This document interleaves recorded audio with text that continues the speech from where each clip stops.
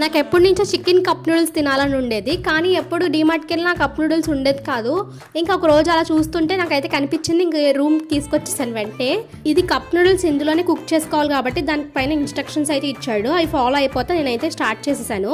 ఆ కవర్ తీయడానికి నేను చాలా తిప్పలు పడ్డాను, చాలా స్ట్రాంగ్గా ఉంది.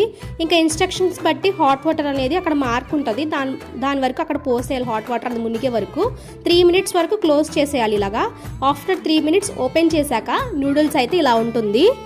చూడటానికి బాగానే ఉంది, కొంచెం సూపీగా వాటర్ ఎక్కువైనట్టు అనిపిస్తుంది నాకైతే. నేను అంత ఎగ్జైట్మెంట్గా కొనుక్కుంది తినడానికి కాదు, జస్ట్ ఆ హాట్ వాటర్తో అసలు నూడిల్స్ ఎలా వద్దో చూడాలని. కానీ ఇంకా తినాలి కదా కొనుక్కున్న తర్వాత, సరే అని ట్రై చేశాను. నాకు అస్సలు నచ్చలేదు. చికెన్ నూడిల్స్ అన్నాడు కానీ నాకు అందులో చికెన్ ఏం కనిపించలేదు, మరి చిన్న పీసెస్ కూడా నాకేం అనిపించలేదు.